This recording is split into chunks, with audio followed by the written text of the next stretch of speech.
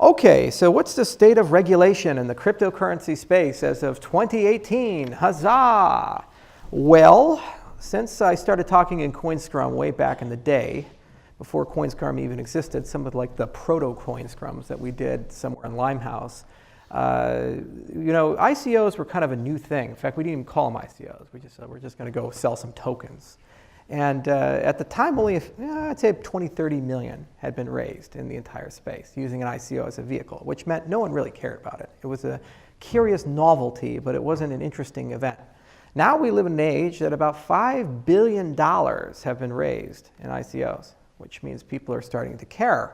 We live in an age of OneCoin and BitConnect, and we live in an age that regulators are now empowered with the mandate of aggrieved retail investors to begin a systematic, long-term effort to start getting control over the situation. And it's quite pervasive. So I like to call this crypto winter. And I believe very firmly that in the next few months, we're going to start seeing this happen, step by step, brick by brick.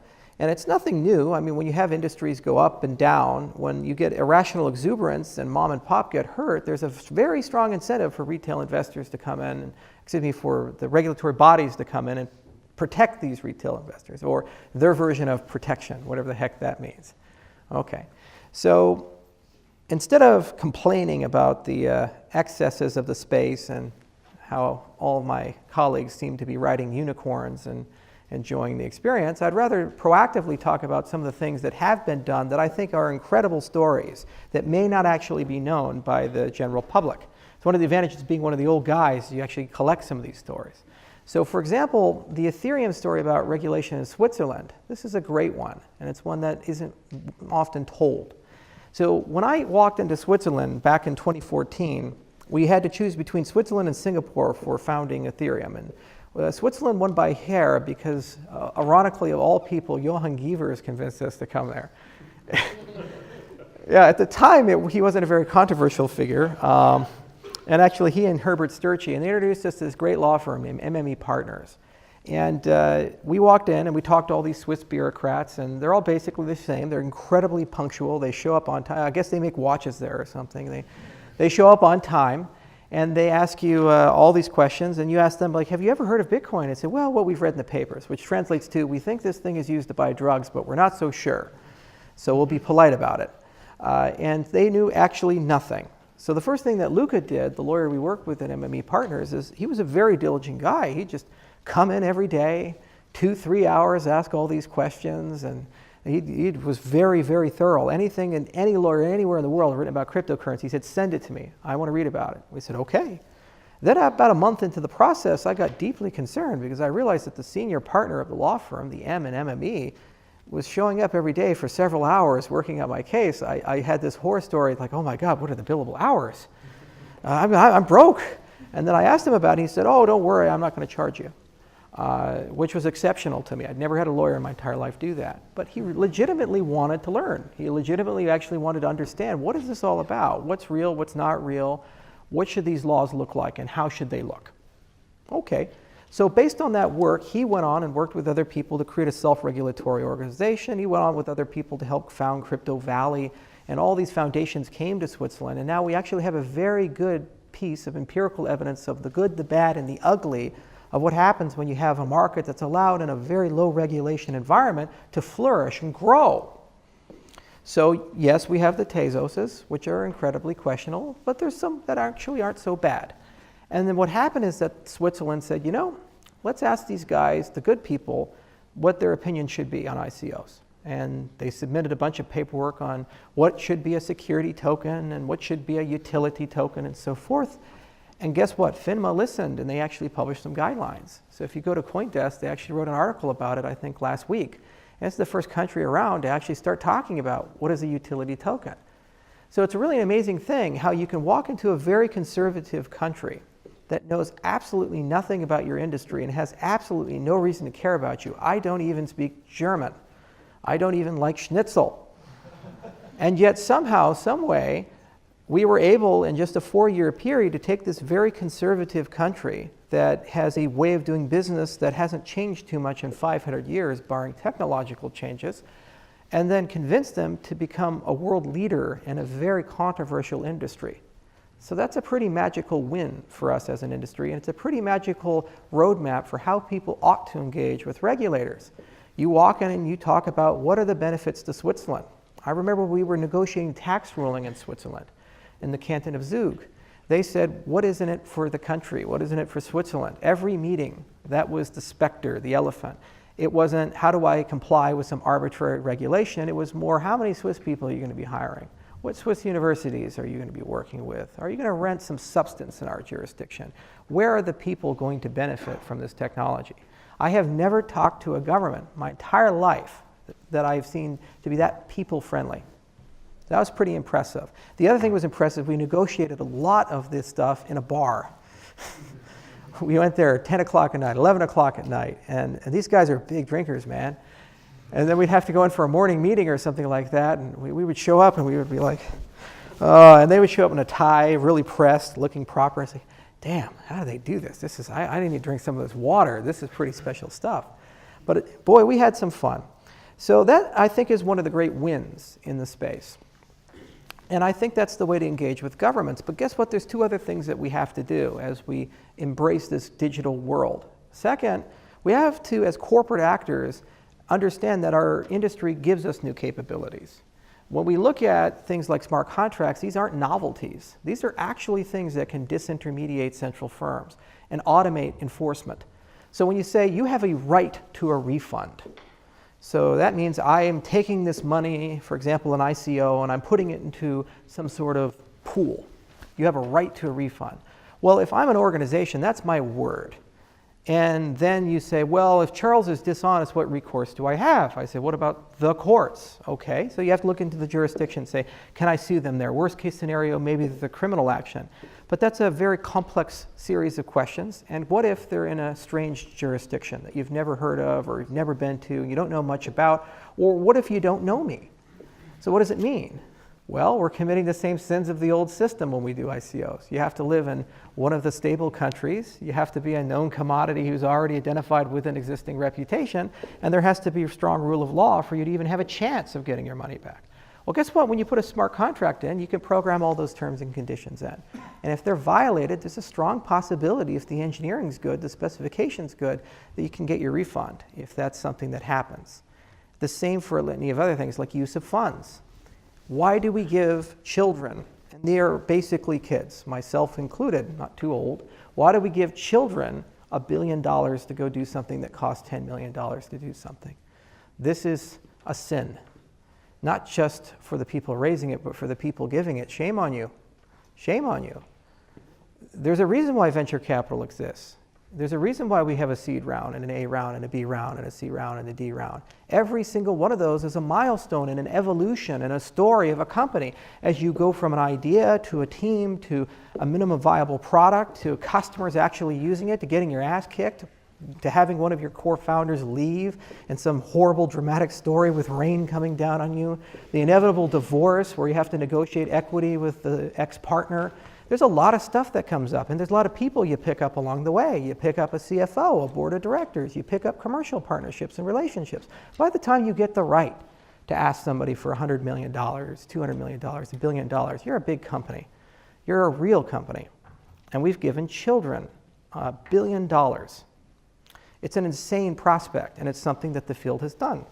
So say what you will about it, we as an industry need to be a bit more clever. So I believe very firmly that first we need to get clever about our own tech and what our tech can do for the custodianship of capital and the use of capital. I also believe very firmly that we need to collapse. We need people to suffer and have some pain and to lose some money because you don't deserve to get a 10x when you put some money into something and a month passes, you've done no work. You don't deserve that. You don't deserve that again and again and again and again and again. You just don't. If you make 1,000x on something, you are lucky. You're not smart. You bet right. Congratulations. You could have won the lottery as well. Never believe you're smart because you've made a huge fortune. It doesn't justify you. If you can do it 10 times in a row over a 20-year period, okay, great, congratulations. And there's a very small group of people on the Forbes list who've done that. Thanks for being among them. But for the rest of the 7 billion people in the world, you got lucky, and no one in our space seems to know the difference between being smart and being lucky, especially as investors.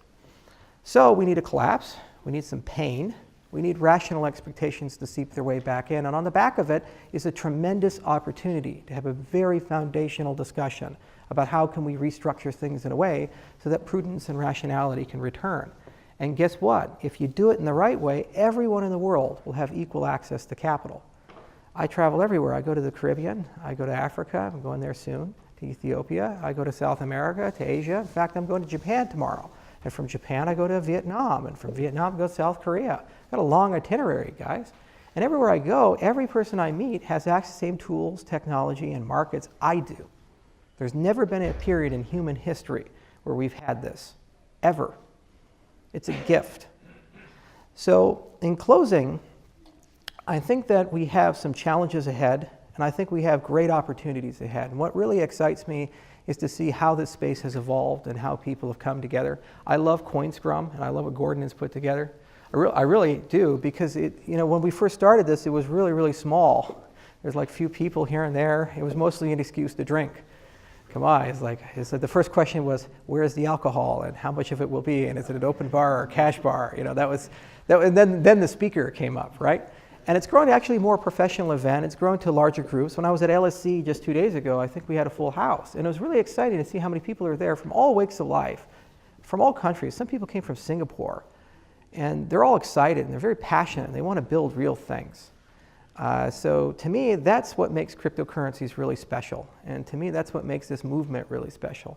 And I think we definitely can overcome the challenges that are ahead. But I do think that we need to accept that with great power does come great responsibility, as Spider-Man's uncle reminded us. So thank you so much for coming. And here comes the fun part where you get to yell at me. So please give me as many questions until Gordon kicks me off. Yes, sir. Thanks, Charles, for that, as always. I think two observations. The first observation is before you go to sort of going on about VC and how wonderful the whole system is as it is.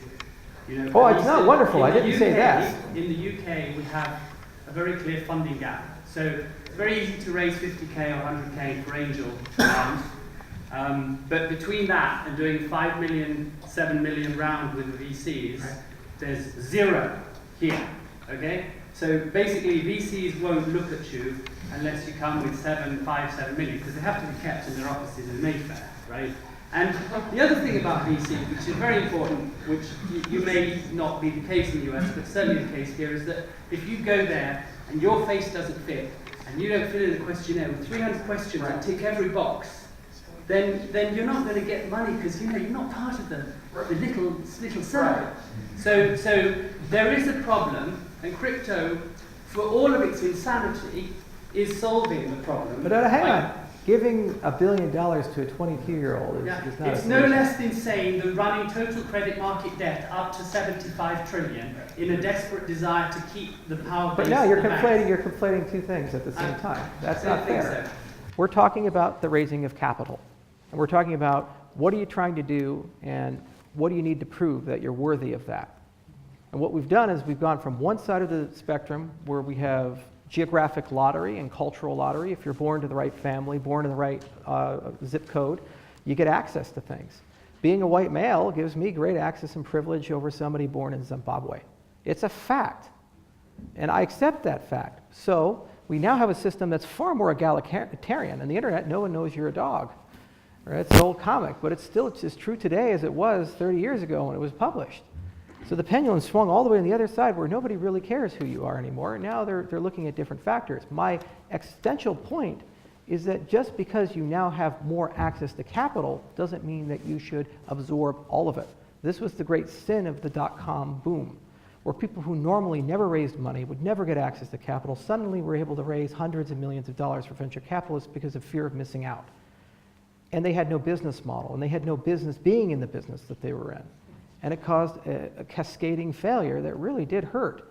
Now, what I believe is prudent for us as an industry is to embrace ICOs and embrace these tools. I've always believed they're good things, but I think they need to be embraced carefully. They need to be staged. They need to have milestones built into them. They need to be reasonable in terms of expectation. If the people putting money into them are only the reason they're doing it is because they think they can get a 10x within a month of putting the money into it, that's not an investment to create value for society. That's a Ponzi scheme. sir. And I've seen it hundreds of times done, some cases by the leaders of this industry. So I think we're being a bit too generous to the industry in a sense, and I think that we're being a bit too forgiving of our own sins as an industry. Now, it doesn't make me Mr. Popular, especially on Twitter, and that's okay. But you know, what I am willing to do is to work with people to say, well, what's a good, sensible common ground? First off, to register an IPO, which is the traditional alternative to what an ICO would traditionally look like, you have to go and register, be under Sarbanes-Oxley, all these things. It costs you $10 million before you even get off the ground. It's not tractable for a startup. Okay, so what did the government give us? It gave us Reg A exemption. It said, okay, you can do a crowd sale up to 30 million, 50 million, and maybe the registration is not as onerous. Does that make sense for utility tokens? No. Okay, so, but for a lot of these fundraising activities, they're calling something a utility token that's actually a security under most common notions. So maybe we should actually start looking at some of these things. And that's what T0 is doing and other people are doing. So that could be an avenue. Does it cover everybody? No. And guess what? Even before you have a discussion about access to capital and using these tools, people have to even know how to use them. And they have to have cash in and cash out. That's another huge problem. What occurs when you raise $500 million in a cryptocurrency with $20 million worth of liquidity every day? How do you exit that position? You have investor expectations at a $500 million valuation when you can't diversify the underlying asset, and you could wake up and lose half of your investors' money in 1 month because of a bad trading day. It happened to Ethereum, sir. $18 million raised, they lost $9 million because Bitcoin went down from 600 to about 250, and they didn't sell very much of it because they didn't have the ability to get liquidity. How would you as an investor feel that you've given money to somebody and they've lost half of the money you've given to them before they got anything done? But it could have just as well ended up on the other side. All these things have got built. We have creative destruction. This is the market. This is letting people do things. Sure. Why do we have to have central planning, reimpose on? Well, I don't believe we should have central planning, and I've never been advocating that. Aligning a central plan. By having decentralized smart contracts that are industry constructed, that's central planning. I'm sorry, you know, you can't build a system that creates incentives for people to act dishonestly and then expect people to act with integrity. They're not.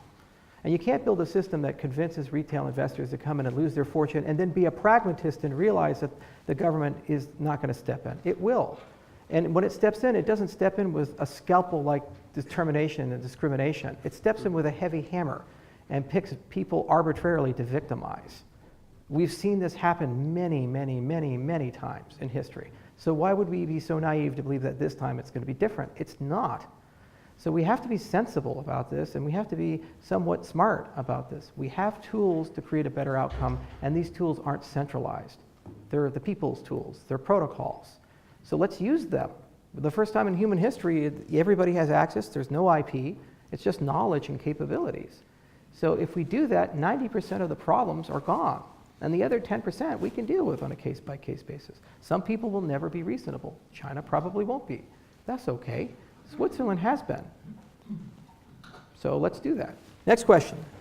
Hi there. Good to see you again, my friend. Good to see you too. Thanks for your quick visit. Since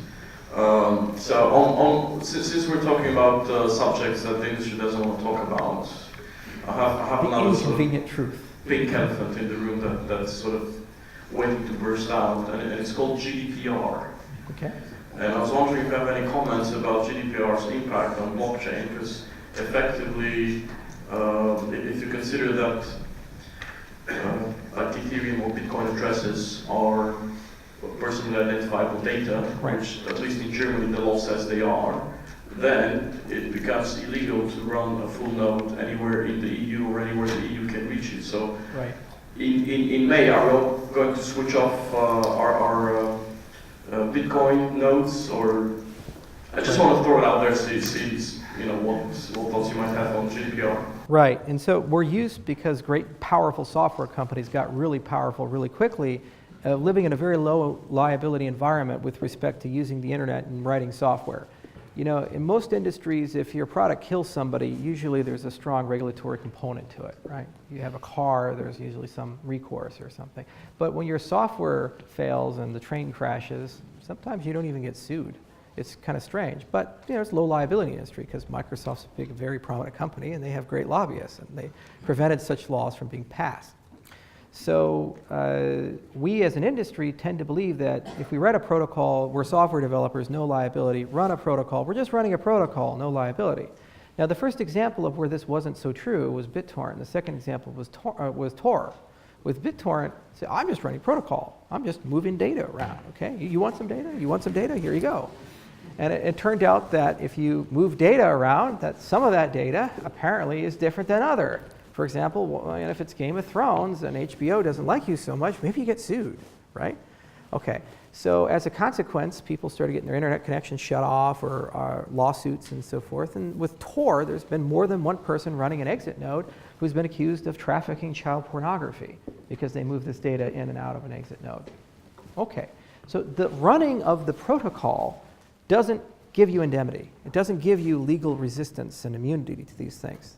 It's just, the problem is that lawmakers generally don't understand these things, so they don't think about them too often until something forces them or some inadvertent thing pushes them into thinking about it. There's a great paper, it's called The Ring of Gyges, written by Elaine Shee, and I think it was R. Jewell and a few other people out of Cornell, and it talks about the potential misuses of smart contracts. They talk about assassination markets and all these cool things that you can do with smart contracts. One of the first questions that Luca had for us in 2014 when we started talking about Bitcoin with him, before we even talked about Ethereum, was, well, are miners culpable for running the consensus algorithm? And we gave him this great paper from Jerry Brito called Bitcoin a Primer, and Jerry argued, well, these administrators, because they can't differentiate between one transaction to the other transaction, aren't liable. They shouldn't be held accountable that one was used to buy weapons and the other was used to buy a sandwich. And this has so far been the prevailing wisdom of things. With Ethereum, this is not the case because one smart contract can run Silk Road and the other smart contract can run CryptoKitties, and guess what? You may be able to tell the difference between the two of them. So maybe you as a consensus node, a validation node, have a higher degree of liability than that in the Bitcoin system. By extension, holders of the blockchain are no different because this is a copy of data. So that can contain personally identifiable information of a person's financial records. What happens if you use a blockchain for medical data? A hash that anchors it. You could violate HIPAA. What happens if somebody finds a clever way to embed child porn on a blockchain? By preserving history, you're also inadvertently preserving a file that's considered to be illegal. So it's called a Goldfinger attack. A person can poison the money supply or the system to destroy its value. So it's a good question, and it's one of those questions that doesn't have a very satisfactory answer because we actually don't know the best way of resolving it. One argument is to make things as private as possible. So it's like all encrypted. You can't distinguish A from B from C. So as a consequence, the operator's liability is very low because you have plausible deniability. You say, well, it could be CryptoKitties, prove me wrong. And they say, well, we don't know. I say, well, exactly. So that's one way of going about it. And there's some proposals about that, making smart contracts private via things like IOHK, high privacy cryptocurrencies like Monero and Zcash. I don't think they would fall under such a mandate because there's no way to link these things to other people. You could argue that and probably win it in court.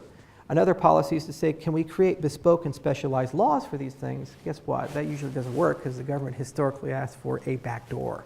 See the Clipper chip debate in the 1990s. My personal opinion is that more research needs to be done. We can, using cryptography, offer a menu of options that aren't possible historically to the government. For example, auditable backdoors that are one-time use, and if used, they're publicly known. That's a new capability that historically hasn't existed. But ultimately, I think it's going to be a war. And when they go too far, like shut down Napster, it creates a BitTorrent. And when you start measuring too much on the internet, then you get VPNs and Tor and so forth. And these similar things will happen. But I don't think they'll stop cryptocurrencies from operating. It just means you've redirected traffic. The great Chinese firewall didn't stop internet traffic in China. It just changed the way that people used it, redirected traffic in very creative ways. And I suspect in the short term, that's the way we're going to see it happen. In the longer term, we'll see new capabilities come that allow us to have more nuanced discussion.